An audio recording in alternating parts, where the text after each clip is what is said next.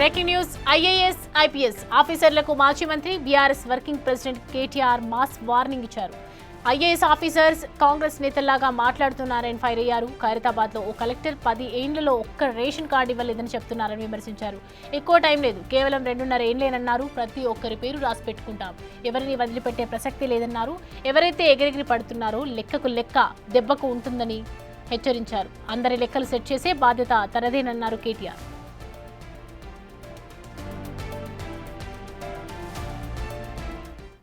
రాష్ట్ర వ్యాప్తంగా ఉండే కలెక్టర్లు ఐఏఎస్ ఐపీఎస్ అధికారులకు నేను ఒక్కటే గుర్తు చేస్తున్నా, గుర్తు పెట్టుకోమని చెప్తా ఉన్నా.